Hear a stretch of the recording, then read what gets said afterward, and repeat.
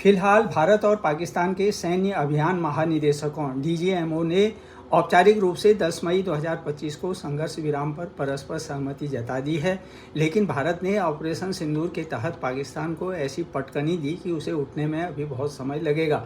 दूसरी ओर ऑपरेशन सिंदूर के तहत भारत ने अपना नाम स्वर्णाक्षरों में अंकित किया और अपने इस सिंदूर से एक लक्ष्मण रेखा भी पाकिस्तान के लिए खींच दी कि अगर इससे आगे वह बढ़ा तो उसकी अब खैर नहीं।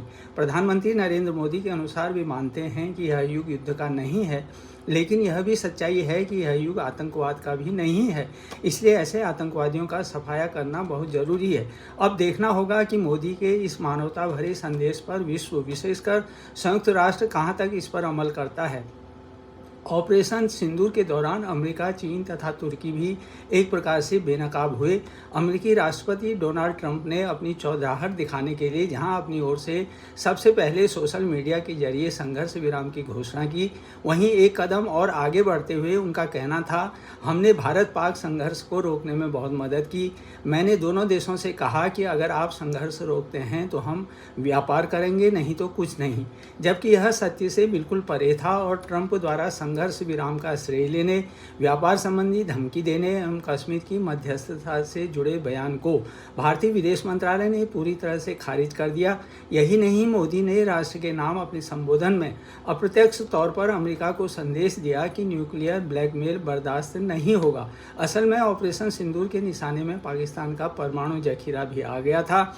इससे घबराए पाकिस्तान ने अमेरिकी शरण में जाकर सीज फायर करवाने की गुहार लगाई, लेकिन ट्रंप के संघर्ष विराम की घोषणा के 3 घंटे के भीतर ही पाकिस्तान ने चीन के उकसावे पर संघर्ष विराम का उल्लंघन करते हुए अमेरिका की छीछालेदर कर दी।